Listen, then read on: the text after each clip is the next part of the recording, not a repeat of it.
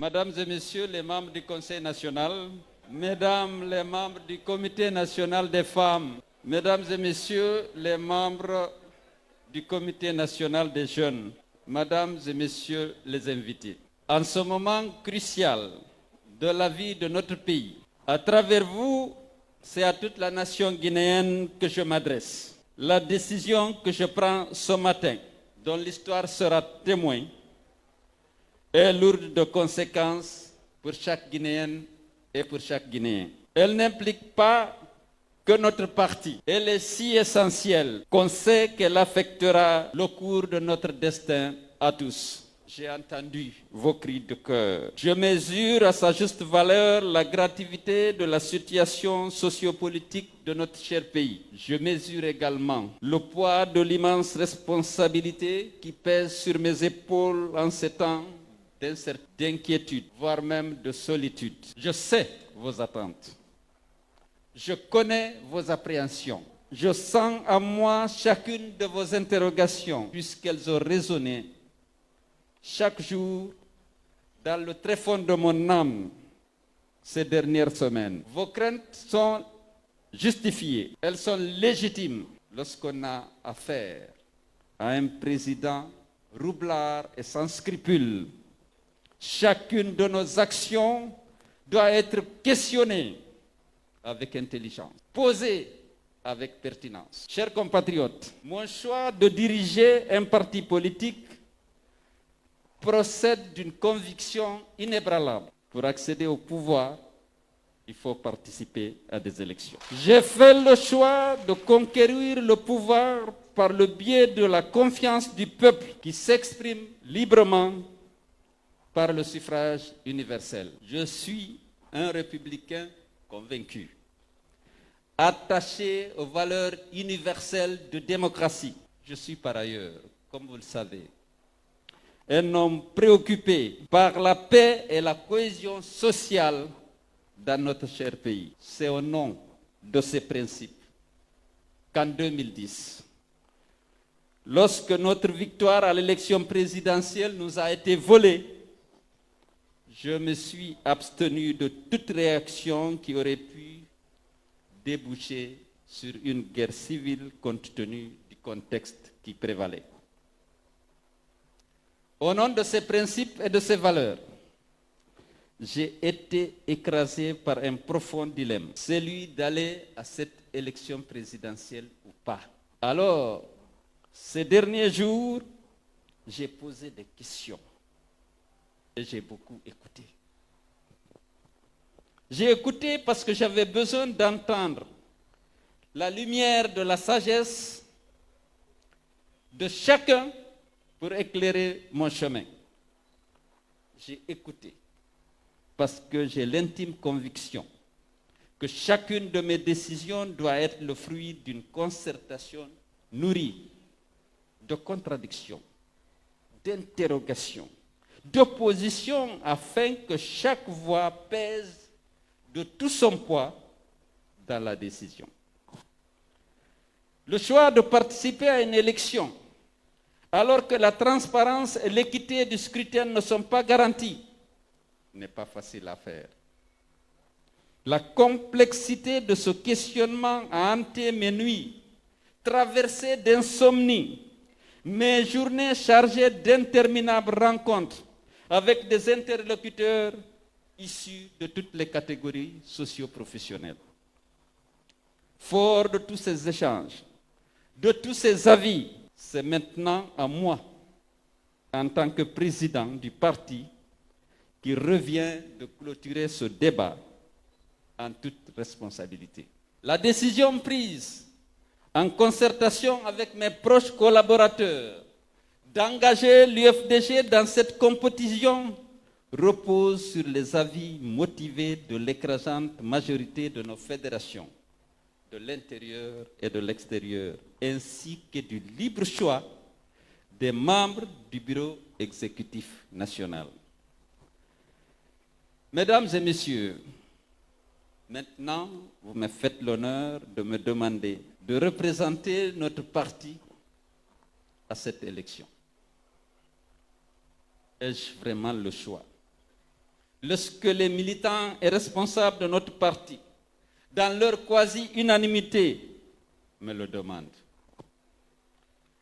Ai-je vraiment le choix quand on sait que les Guinéens, dans leur écrasante majorité, m'ont fait confiance et fondent dans ma modeste personne tout leur espoir, toute leur espérance comme ultime recours face au pouvoir despotique et clanique de M. Alpha Condé?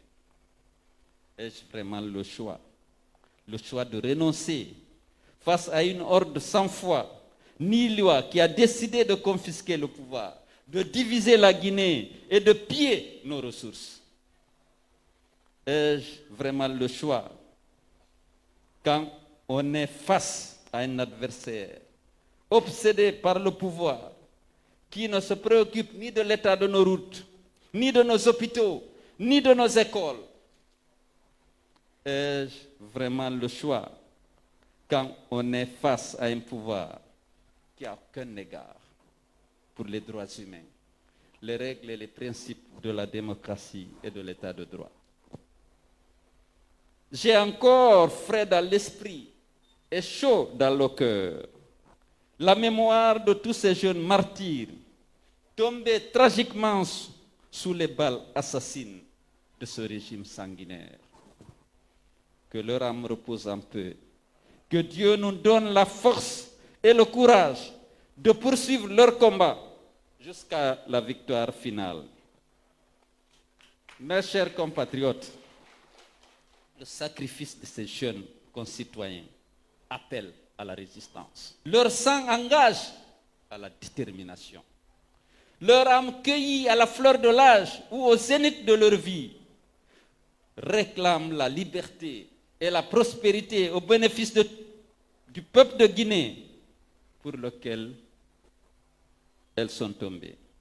Non, ce n'est pas en allant aux élections qu'ils nous condamneront. Nous n'avons pas le droit de nous résigner ou encore nous apitoyer sur notre sort et se laisser prendre dans la boule d'une quelconque culpabilité qui nous ferait perdre de vue l'essentiel. Le coupable, ce n'est pas nous. Le coupable, c'est Alpha Condé. C'est lui qui a armé sa milice et jeté cette horde sauvage aux trousses de nos combattants. En ce qui me concerne, en ce qui nous concerne, nous avons l'obligation de nous dresser devant Alpha Condé sans concession aucune pour honorer le corps de nos martyrs tombés sur le chemin de la liberté. Le jeune qui a été abattu avant-hier, dans le bilan macabre de la répression des manifestations, c'était la 204e personne, 204 jeunes Guinéens, dont 100 dans le cadre de la lutte contre le troisième mandat et 104 dans le cadre des manifestations politiques. Ce n'est pas acceptable. Ce n'est pas en renonçant qu'on peut se libérer de notre responsabilité de poursuivre leur combat. Mes chers compatriotes, en ce jour, je me tiens devant vous par ma conviction inébranlable que notre combat doit continuer. Je me tiens devant vous par la force de votre confiance permanente en moi et au nom du serment de la construction d'une Guinée que je vais unir et servir. Mais il ne faut pas se leurrer. Il ne faut pas se leurrer. Avec une constitution falsifiée, un fichier électoral tronqué et taillé sur mesure, une CENI et une cour constitutionnelle totalement inféodée à Alpha Condé, la tâche ne sera pas facile. Elle ne sera pas une piece of cake, comme disent les Anglais. Ce n'est pas pour autant qu'il faut céder aux forces de l'abandon. La Guinée est aujourd'hui dans une situation de non-droit. Il faut obligatoirement corriger cela par un retour à un ordre constitutionnel normal. Nous le ferons ensemble.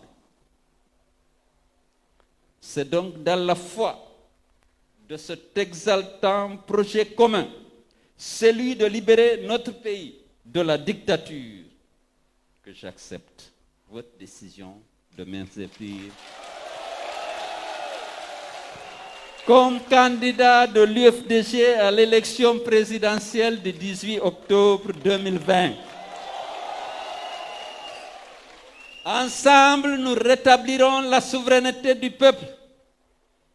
Une souveraineté aujourd'hui travestie et détournée. La dictature n'est pas une fatalité. L'alternance démocratique est possible. Elle est à notre portée. Pour garantir cette volonté de changement, nous devons résolument nous engager dès maintenant à nous battre. Se battre pour gagner, se battre pour conserver notre victoire. Oui, si Alpha Condé ne reconnaît pas sa défaite dans les urnes, nous saurons la lui démontrer dans la rue sans coup férir. Et nous prenons déjà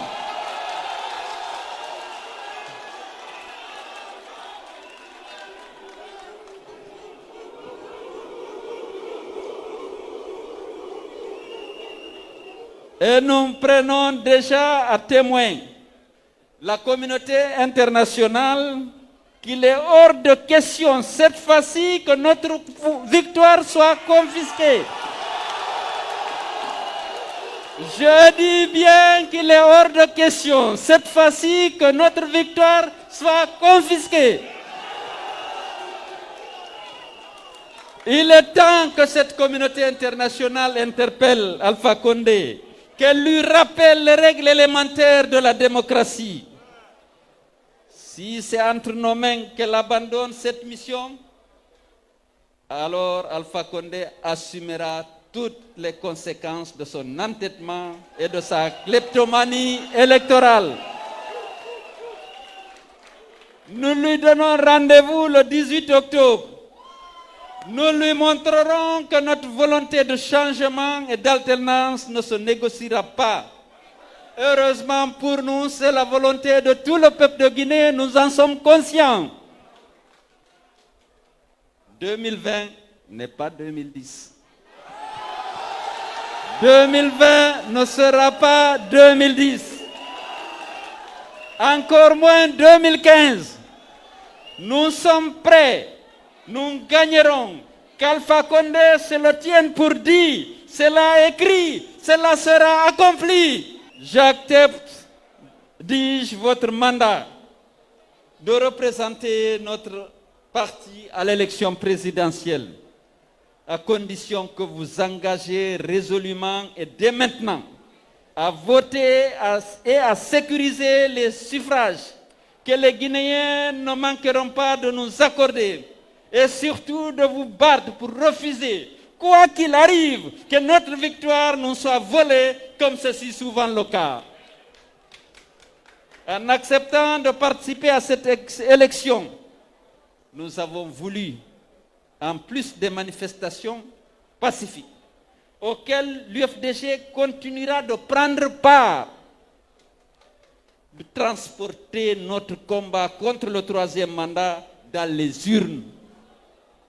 Parce que nous sommes déterminés à user de tous les moyens légaux pour empêcher Alpha Condé de s'octroyer un troisième mandat. Nous serons dans la rue et sur les places publiques pour manifester contre le troisième mandat jusqu'au dernier jour, et nous serons dans les urnes pour empêcher Alpha Condé de s'octroyer le troisième mandat. J'accepte, dis-je, votre mandat, en espérant aussi que le dialogue politique interguinéen annoncé par la CEDEAO se tiendra et examinera de manière objective les revendications de l'opposition politique au regard de notre droit national et au protocole additionnel de la CEDEAO sur la démocratie et la bonne gouvernance. Je rappelle que 2 réunions préparatoires ont déjà eu lieu pour la tenue de ce dialogue avec l'Union africaine, les Nations unies et la CEDEAO. Nous avons déjà informé ces partenaires, ces organisations régionales et internationales des préoccupations de l'opposition politique. Nous avons décliné nos revendications que je vais rappeler. 1. L'annulation du double scrutin du 22 mars. 2. L'audit et l'assainissement du fichier électoral.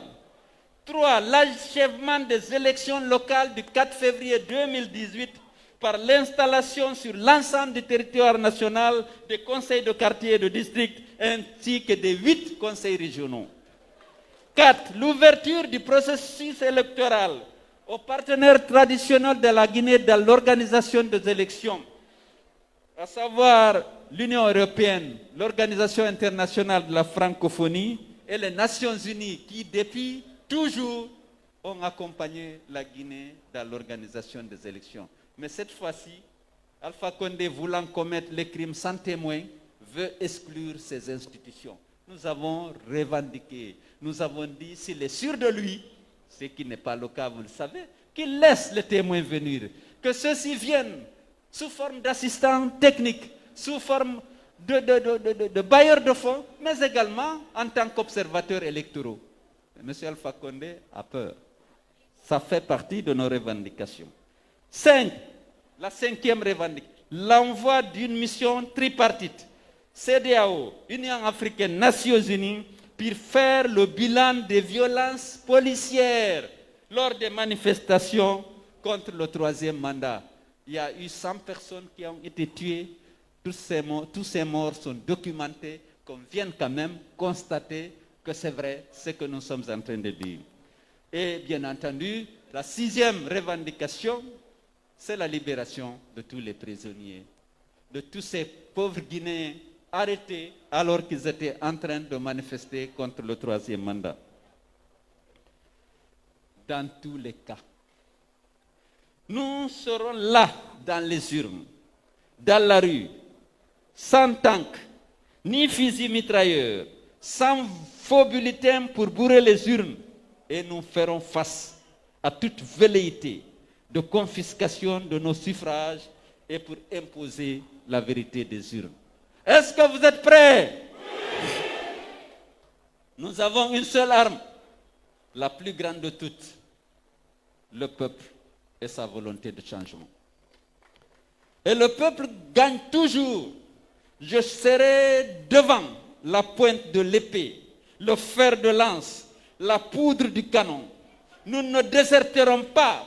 Je ne déserterai pas dans ce champ de bataille. Je ne fléchirai pas.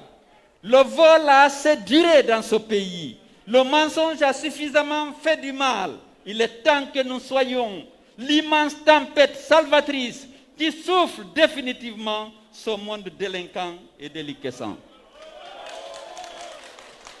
Je voudrais vous demander de prier tous pour la libération de Soumaïla Cissé, qui est un ami de votre président, qui est détenu depuis maintenant 4 mois. Et je souhaite que le vent de changement qui souffle sur le Mali favorise enfin sa libération. Je vous demanderai de prier pour lui.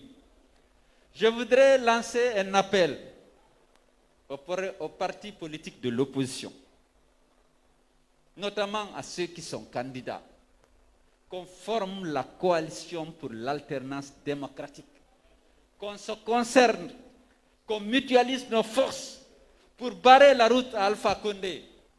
Mais même ceux qui ne participent pas, qui se battent, qui n'ont pas présenté de candidature pour une raison ou pour une autre, qu'on forme la coalition pour l'alternance et qu'on se mobilise tous pour empêcher Alpha de s'octroyer cette présidence à vie. Je répète que l'UFDG n'a pas renoncé au combat là. Nous avons estimé qu'il faut utiliser toutes les opportunités pour s'opposer au 3e mandat d'Alpha Condé. Dans les rues et sur les places publiques, bien entendu, nous continuerons d'y participer, mais aussi dans les urnes, nous allons user de toutes nos forces pour lui barrer la route. je voudrais inviter tous les partis politiques à se mobiliser pour ce combat. C'est un autre front, celui des urnes, que l'UFDG a décidé d'ouvrir dans le cadre de la lutte que nous menons depuis un an contre le troisième mandat. Je vous remercie.